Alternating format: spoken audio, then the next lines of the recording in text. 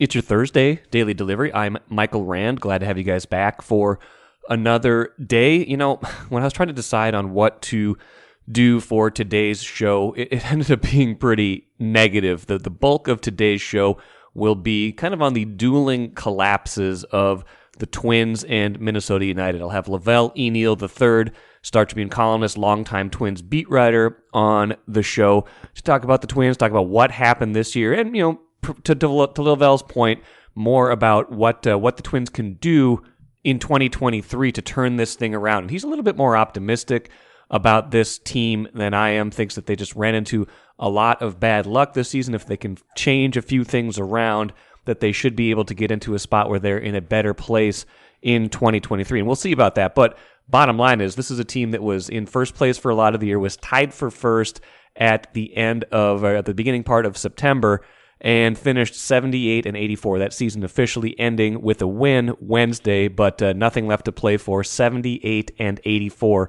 was their final record. And I'll also talk with Jerry Zgoda, covers Minnesota United for the Star Tribune. Loons in the midst of a terrible slump. They've been outscored 14-2 in their last 6 matches. Not surprisingly, 5 losses and a draw in that mix. Just wanted to get to the bottom of what's going on with Jerry, talking about that with him, and also just the opportunity that's still ahead. If they win or draw on Sunday, they still get into the playoffs because of their better work at the beginning of this season, and so an opportunity still ahead for them. Can they pull this season out, and what happens if they don't? First, though, a little something not quite so negative. What did I miss? Luis Arraez, you probably didn't miss this, but Luis Arraez from the Twins wins the AL batting title, becomes the 5th different Twins player to win that award.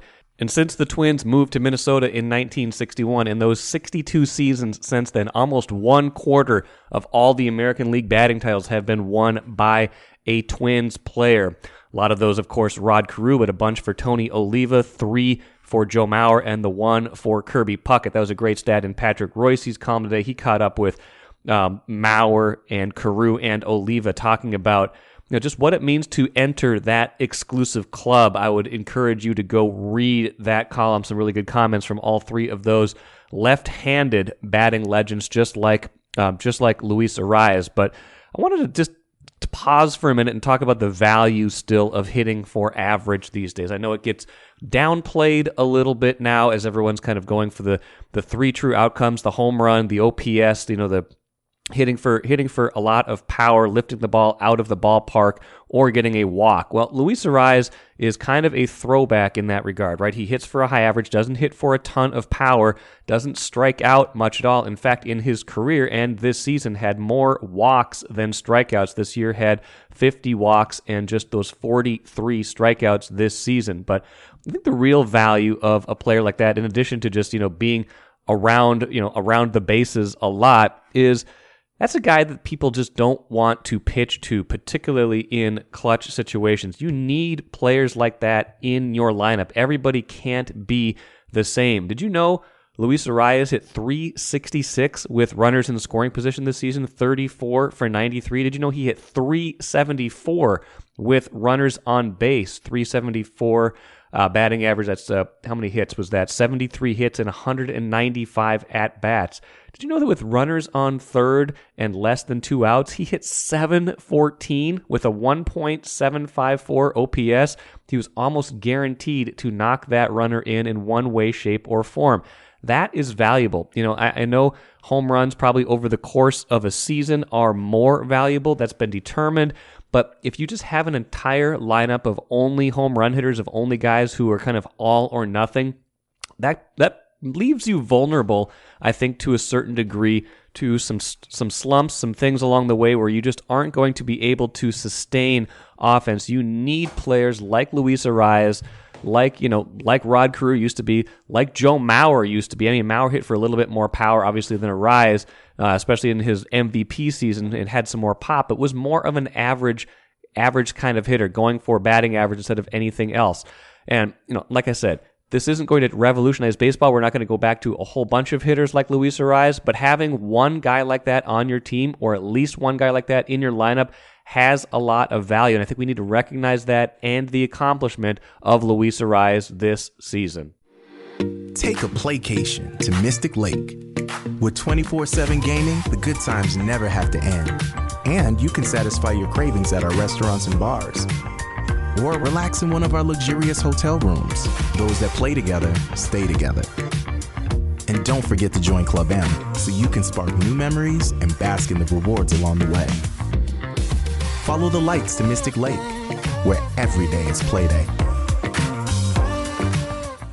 All right, let's talk Twins right now with Velle E. Neal III, columnist from the Star Tribune, longtime Twins beat writer. Before that, Velle, you had a column in Wednesday's paper and on StarTribune.com, 5 things that must happen this offseason for the Twins to, essentially get back into where they want to be at the start of 2023.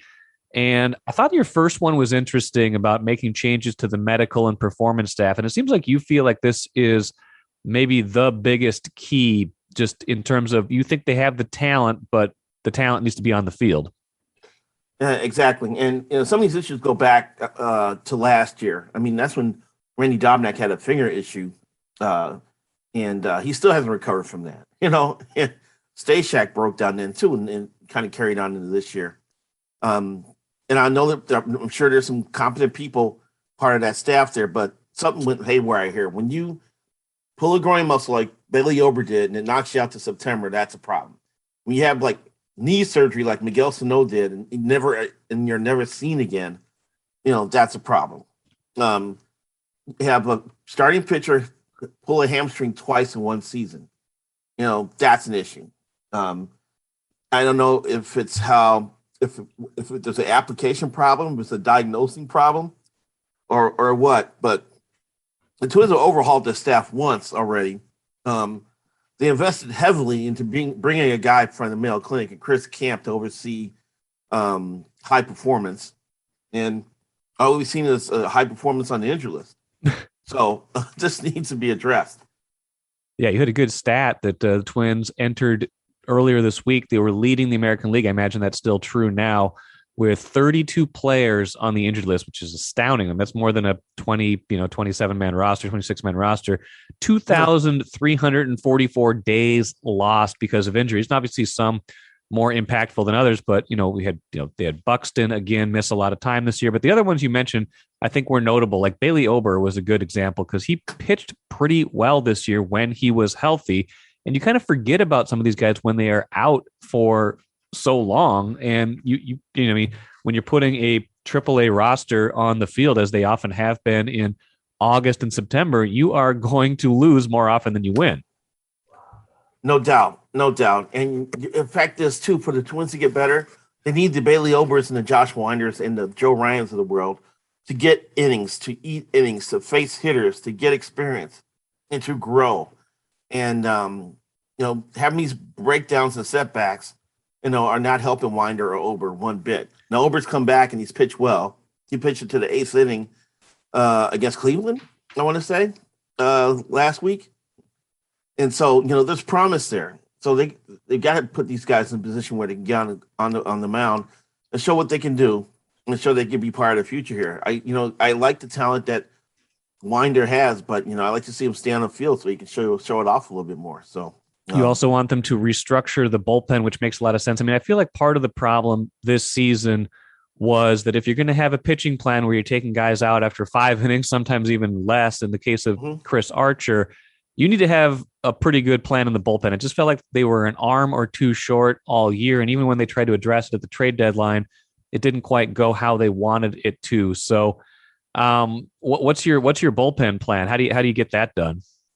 Yeah, I mean, starting to see, taking a flyer on some crafty veteran like Joe Smith, I don't want to see that. I want to see them go after like a higher caliber reliever type. I even threw out Brad Hand as an option because he can get right-handers out. Although I think this year for Philadelphia, he was more of a 1 or 2 batter guy, but he still knows how to get guys out, and that would help move the chains in the 6th or 7th inning. And plus, he's a local guy, so I threw it out there because people like the local kids. We do like the local guys. They've got to make it a good bullpen, especially if Alcala comes back from his elbow issue and is back in that mix there. Because now you got Alcala, Lopez, and Duran. There's 3 hard-throwing guys there the final 3 innings. But, I want another arm. You hope that Rocco is not put in a situation where he has to pull starters after 5 innings as much as he did this year. We do have to remember that there were times where he tried to let guys pitch 6 and sometimes 7 innings, and they would immediately get in trouble and he had to go to the bullpen. So it's not like it's a hard, fast rule that, after you get 2 times through the order, you're out. But his warning signs start flashing when you try to pitch a 3rd time through. All of a sudden, a couple of guys get on base. So, but for those days that you need to cover 12 outs with that bullpen, you better have some good arms coming out of that from your relief corps. So I'd like to see them add or either trade for or sign one more quality arm out of that bullpen to go with the mix. And it's like I said, it's not a terrible mix whatsoever. I mentioned Duran. And, Matt McGill throws hard. He's got promise. Who else I got here on this list? Griffin Jackson's a serviceable guy. So it's not hopeless. Thielbar good against lefties. I know Giovanni Moran's probably on the development program, but just give me one more guy there, and then I think next year's bullpen could be a force.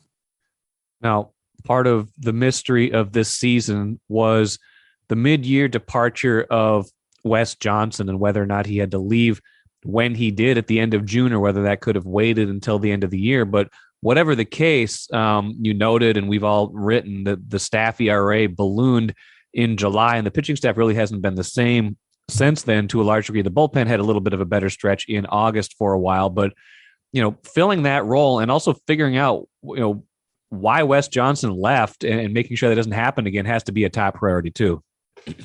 Yeah. And I think, they had no choice but to put Pete Mackey in that role because it's really going to be hard to hire someone from outside the organization or from a college program if you end up going that route. Or at that point, for sure. So they had to kind of ride out with the interim guy in Mackey. But now they get to conduct a thorough search. They can go look at their system. They can look at other organization systems. They can look at the college ranks again and find who they think is the best leader for that pitching staff. Because as I pointed out, pitching coach is probably the second most important position on the pitching staff, on a coaching staff next to the manager. So I expect the Twins to have a very thorough search and find a quality candidate to replace Wes. No offense meant toward Pete Mackey. No, he's put in a tough spot though. A couple other things on your list, and I want to ask you some bigger picture questions as well. You say lock up Luis Arraez. That could be the easiest one. Buy out some arbitration years. He is your your American League batting champ this year. Had a very good season. Had some injuries he had to fight through towards the end, but proving that he is going to be the kind of hitter that can be a mainstay in your lineup for years to come. Yeah, and the thing that impressed me about him this year, there was concerns from within the organization that Arraez has to work out harder than everyone else to be average. And when he doesn't do that, he has a potential of gaining weight and getting soft. Arraez went down to the Dominican during the offseason and worked out with Nelson Cruz and came back in the best shape of his career. He looks like his body was firmer. You can tell he put in the effort. So on top of the fact that 1, he's a good hitter, 2, he's great in the clubhouse, and 3, he physically put himself in a position to be effective. I mean, he's checking off all the boxes as to what you want out of a player before you ink them to a multi-year deal. So I think he's earned it. I think he deserves it. I think the Twins that should be an easy negotiation too. It's not like he's going to want $15 million a year. They should be able to bow his arbitration years for something reasonable and then move forward. Now, you want them to find an ace. That was number 5. Again, easier said than done. But if they don't spend money on Carlos Correa or another shortstop, there could at least be something in the budget for that. But again, easier said than done, right? Yeah, Jacob deGrom, the rumors are that he wants $40 million a year. Kershaw will be a free agent, but the rumors are he's going to either stay with the Dodgers or go home to Texas and pitch for like the Rangers or someone like that. Justin Verlander would be the only guy. Now he's got a player option for $25 million, I believe, to come back next year and pitch for Houston. I can see him opting out, thinking that he's going to be a $30 or $35 million pitcher. I can see the Twins, tossing 3 times 30, maybe 3 times 35 at Verlander for 3 years, and see if he takes it. He's the guy that wouldn't need an 8-year contract, which I think the Twins are averse to offering. But maybe for 3 years at 30-something million, you'd have Verlander as the crafty guy. I mean, you're asking a lot from him to be a high flying ace, but he would still be an impact starter for that rotation that you could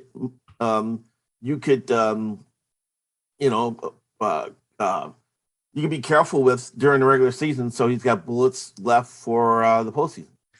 Verlander will be 40 when next year starts too, so you got to watch out for that. But again, he's not showing any signs that he's slowing down. But sometimes those guys do reach a leveling off point. Kind of happens fast. So I'd be a little bit wary of that. But he is still a great pitcher and would change their rotation at least in the immediate future. A couple minutes left for you, Lavelle. Bigger picture as we think about who is making these decisions. All of the key stakeholders sound like they'll be back. Derek Falvey, Thad Levine, Rocco Baldelli. They've all been given various votes of confidence and affirmations that they will be back by whoever their bosses are. Do you trust this chain of command to make these changes that you think are necessary? Yeah, I mean, the Falvey and Levine have not been afraid to make a deal. I mean, the one thing they've done much more frequently than previous GM regimes is that they like to make trades. They like to be part of the baseball economy. Falvey was with Cleveland when they made a trade with the San Diego Padres and got a guy named Corey Kluber thrown in. And Kluber ended up being, a very good pitcher for them. So he understands that, and he's going to try to attack the pitching situation. He's tried to establish a pipeline, and a pipeline, had a couple leaks in the last couple of years. And injuries played a part in that, But you look at next year, he's going to have a bunch of young guys who are going to be banging on the door to be part of the rotation. Joe Ryan, Bailey Ober, Josh Winder, Louis Varland, Cole Sands, Simeon Woods Richardson, Jordan Balazovic shaking off a bad year. So it's about here. This wave that they're working to have is about here. So I think they can make the right moves to help this team. I gotta give them credit because they've not been afraid to go out and try to make eyebrow raising moves. Trading for signing Nelson Cruz, signing Josh Donaldson. Trading Josh Donaldson to try to get better, So I think they're going to, look at this year and try to, knowing that they have a good roster coming back, and they're going to try to supplement some spots in their roster. So, and as much as fans are sickened by Rocco's insistence on not letting pitchers go deep in games, which once again I'll say that it's not as bad as some people are making it out to be.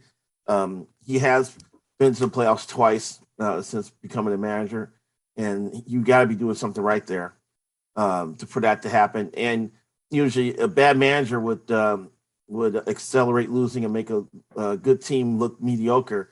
And you tell me, with the roster Rocco trotted out there, with Celestino playing a huge amount of time in center field, having to call up Jermaine Palacios, using Garlic more than he wanted to, using the Gordon more than we expected, although Gordon ended up being a nice player. He had to, a lot of plates were spinning on him this year. He had to try to put together a bat order day in and day out. So I just think that it's a good group, and they deserve a shot to see this through. Yeah, I'm a little more skeptical about 2023. I don't see it all coming together, because sometimes the thing we forget about is you say, well, you got to fix this, fix that, but that also assumes the things that went well this year will go well again, and that's not always the case. I feel like it's a pretty important year next year. I mean, Dave St. Peter talked about attendance being down this year, how it didn't come up the way he maybe thought it would, and they're still dealing with some of this TV stuff with not sure what the broadcast situation is going to be like in 2023. Like, there's kind of an organizational, I don't say crossroads is the wrong word, but they by contending for a while this year, I feel like they bought themselves some grace. But I think people are going to want to see it in 2023, and I'm not sure it's going to be all the way there yet. But I guess we'll find out. It's a big offseason for them to see what type of season ticket push they get, and I think group sales took a hit last year because it was still emerging from the pandemic, and that drives a lot of the attendance figures. And they should be able to get the the attendance, the group sales flowing again. We're going to have an In-Face Diamond Awards banquet. We're going to have they're going on Twins Caravan again. So they're getting back to normalcy in terms of off-season maneuvers and reaching out to the community, and maybe that will help pick things up. Plus, I think slowly but surely people are going to be more comfortable coming downtown to watch baseball at night and knowing they can go home safely, especially when you're going to have a pitch clock. And now games are probably going to end at 10 o'clock instead of 10:30. I think that's going to make a difference. I will like that, and I'll like fewer games against all the dregs of the AL Central, even though that might drag their record down a little bit overall. That's some big things in 2023. Velle E. Neal III will be there to chronicle a lot of them as a columnist for the Star Tribune. Velle, thanks so much for joining me here today on Daily Delivery, and let's talk again soon. All right, thanks for having me. While I'm not as optimistic as Velle is about next year's Twins, I think he makes a good point about the medical stuff. If they can get that piece figured out, and that's a big if, especially with guys like Byron Buxton who have spanned multiple medical approaches and still seem to wind up on the injured list all the time. If they can figure out especially how to keep their pitching healthier, to not have these guys miss 2-3 months with injuries that seem like they should be a few weeks, that would be a big deal because they do have some arms that you would think could make up a pretty good rotation. Can they keep those guys healthy? Can they keep their A lineup on the field more often than not? If they can, I think they at least have a chance to warrant the sort of optimism that Velle is asking you to have. As part of Collapse Thursday on Daily Delivery, I'd like to welcome Jerry Zgoda onto the podcast. He covers the Minnesota United for the Star Tribune. That team fell apart pretty much just as dramatically as the Twins did over the last 5-6 weeks. The difference being, Jerry, that even after going 0-5-1 in their last 6 matches and being outscored 14-2 in the process, they still do manage to control their own playoff destiny going into the Sunday 4 p.m. home match against Vancouver. So luckily for them, the season is not 6 games long. It is 34 games long. And in the first 27, they did enough work to still put themselves in this position. That said, what is the state of the club going into decision day? Well, it's crazy, isn't it? That's a phrase from Adrian Heath yesterday. The fact that all that has transpired these last 6 games or 6 weeks, and they're still in position not to only make the playoffs, but they could still get a home field first round game. So weird league. I mean, a year ago, I'd forgotten this, but they got into the playoffs here, the first team since '99, I think, when the league was much smaller and more teams made the playoffs. They were the first team since then to lose the first 4 games of the season and still come back and make the playoffs. This year, they're doing it the reverse, coming in through the back door. Yeah, we can get into some of the what's going on, how they've lost. 5 of the last 6, had a draw in the other one. Run me through the scenario. So if you're just looking at the standings, you might be like, wow, these teams are very tightly bunched, but the odds and the tiebreakers really do still work in their favor, to the point that all they need this weekend is a draw against Vancouver, which seems like a very possible outcome, even as much as they've struggled lately. Vancouver down at number 9 in the standings right now. And if, like I said, if the Loons just get a draw, they will still make the playoffs in some way, shape, or form. But if you're a believer in momentum, you got the Loons 0-5-1 with the Whitecaps have won 3 in a row, all of them at home, granted, not on the road in a playoff game, but certainly 2 teams going in opposite directions. So, but as you said, yeah, they can still make the playoffs. With now where they would end up is basically 4 teams fighting for 2 spots left. So, but up until now, everybody's been pretty kind to them. People have won when they needed to them, who lost or draw when they needed, and they're still in it, still in the thick of it. They're still in 7th place. And like you said, an opportunity to even still get a home match in the playoffs. They would need to win on Sunday and then have, I believe, Portland, Nashville, and the Galaxy all lose. Portland would at least have to draw in that scenario. So yeah, a lot of possibilities there, at least for them to still jump up and grab, even a top 4 seed, which it seemed like they were firmly in control of, at least having that be a strong possibility earlier in the season. So I think we need to talk more now about the why. And, it doesn't sound like Adrian Heath, their manager, has a whole lot of kind of answers right now as you've watched them. What has gone wrong in these last 6 matches? Well, one, they don't have a guy you can count on to score goals. They don't have a guy to just make something out of nothing. They've had some other things going on. They had Reynoso with the suspension, and you've had Robin Ludd hurt. I'm not sure where they can play him or have to play him. But by and large, they haven't had guys who they need to score goals. Amaria, Fragapani, Bongi got hurt and he's out. Now they're relying on Garcia. So you look to that, like you mentioned, they were outscored 14-2, you said? In the last 6, yeah. Up until that, they were they'd lost one time, I think, in 11 games. So that's when guys like Fragapani and Reynoso were really playing well together. If you get them going, they're a completely different team. And then I think it's underestimated how much Makai Dabasi's injury hurt them. Yeah. Their back line isn't what it was. They're not nearly as resilient as it was with before he had the season-ending injury. So not to make excuses for him, but I think there are factors in there of just what happened. And there were games, they could have or should have won. Probably that LAFC where that ended up being a draw. They probably deserved to win that. And then there were a couple of games they were just terrible, including last time out in San Jose. I don't know how you can explain that with everything on the line, and they just looked lifeless. Well, yeah, and after that game, Adrian, he said he was asked how the team doesn't have enough energy to win that game. He said, I wish I knew. Maybe it's the makeup of some of the people we've got. Maybe we have to look at that. I don't know if that was. They love that on Twitter. What's that? They love that quote on Twitter. I bet they did. I don't think. I'm sure that made the rounds. What did you make of that? Just a coach that's frustrated and doesn't really seem to know why his team has fallen apart at this point.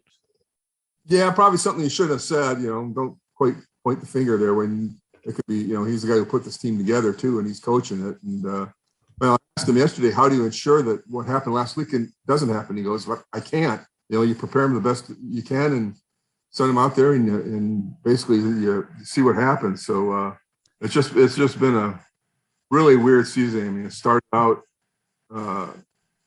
early in the season not good, and then they've got that 11-game streak where they only lost once, and now you're back. It's just up and down. Very, very weird year.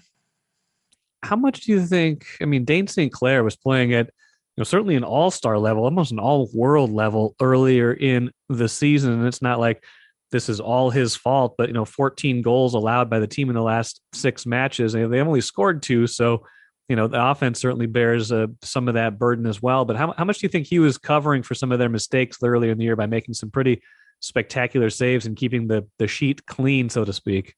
Yeah, they haven't had one now since, was it June or I can't even remember how long. It's been a long time since they've had a clean sheet, and I think he cleaned up, like you said, he cleaned up a lot of their errors. I think their errors have gotten bigger with Dabasi out now, and he just hasn't covered them. Some of them, I don't even remember what game was. There was one game where he had a couple times where he, had the chance to smother the ball, and it came right out and ended up, I think, both in goals, but certainly not characteristic. He had that game right before the All-Star game that was a stinker, but still, I don't think you can blame it on him, but I think certainly he hasn't saved them as much lately as he did earlier in the year. Like we've talked about, there's obviously still an opportunity to rescue this season to a certain degree. You make the playoffs, you still feel relatively good about yourself, and then once you get into the playoffs, anything can happen. Like we've talked about, this team has been up and down enough. Like wouldn't be a shock, even though we've watched them struggle lately. It wouldn't be a shock to see them get into the playoffs and start playing better and maybe win a game or two. And then all of a sudden the narrative changes. But let's just kind of play devil's advocate for a minute. Let's say they lose on Sunday, or even let's say they draw and then they go and get, blown out in the first round of the playoffs. Like what changes, or how do they make enough changes to make sure this, doesn't happen again in 2023 and beyond? Because, we got all the people with the Heath out hashtags on Twitter, and they've been after him for years, but he just got a contract extension like 3 months ago. It doesn't seem like that's the place to start, but where do you start? Well, that's a good question. I mean, I think a lot of people would think you would start there, but that contract extension certainly complicates things. I just pragmatically, I don't see them doing And Dr. Bill McGuire and the ownership group have been pretty behind Heath, through all this, even when they've had the tough times. I think they have to go back and look. I think go back and look at the back line, see what they can do to add people. Who better do they need around them than around Reynoso than they have now? A guy like Fragapane hasn't really delivered, at least not consistently, what they had hoped he would. Do you wait for these couple young guys to grow up, and Bongi and Menger Garcia and I'm drawing a blank on the third guy, but see those, wait and see those how they come and grow up, because they've had this weird mix of adding older players and then getting these young, mostly South American players, 23, 24, 25, which Reynoso is just kind of moving out of that for that age range. But they signed him to a new contract, 3 years plus fourth an option. But that's going to go by pretty quick. You got to put good guys around him and good players around him and make sure they utilize him signing that contract in the time quickly to cash in on it. A couple more things for you, Jerry Zgoda, talking Minnesota United soccer. Big match Sunday, decision day. Win or draw, they are in the playoffs. Lose, they are out. As we think of status report, how are they doing health-wise? And I believe they've got some. They've got a suspension still going into this game too, do they not? Yeah, they've had suspensions all through this, and that's one thing he says they're going to have to address at the end of the season. He kind of said a lot of it was with the South American guys in terms of emotion. He doesn't mind it if it's like a hard tackle or a play on the ball, but if it's delay of game or yapping at the officials, he has trouble with that, especially this late in the season when you lose Reynoso and now Kervin Arriaga for Sunday's game. And then they're still waiting to see on Robin Ludd, who has been doing some warming up before training this week, but he hasn't participated in the actual training and probably won't until Friday or Saturday. And I don't know if that's enough time. I think they might have to win a game or maybe even two to get him back out there and see what he can do. Well, you've been around enough teams to kind of see how momentum works. And sometimes it's just, one goal can change a season around and things like that.